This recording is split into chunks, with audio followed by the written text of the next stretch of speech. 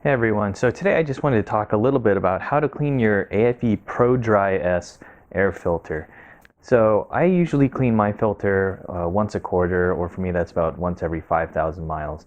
And the amount of filth that comes out of this thing is pretty dirty.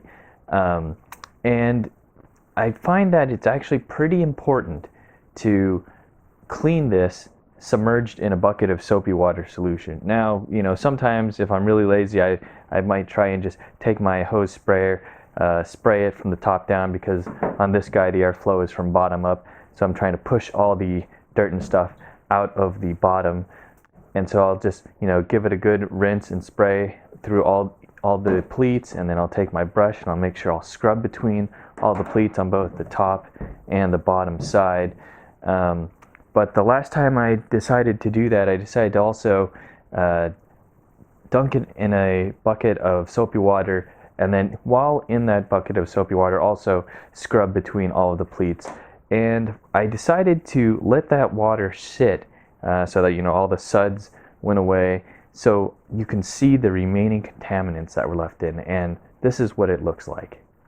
So here is the bucket of soapy water that I used to clean the AFE Pro Dry S filter after I had done my normal, hose, rinse, and brush method.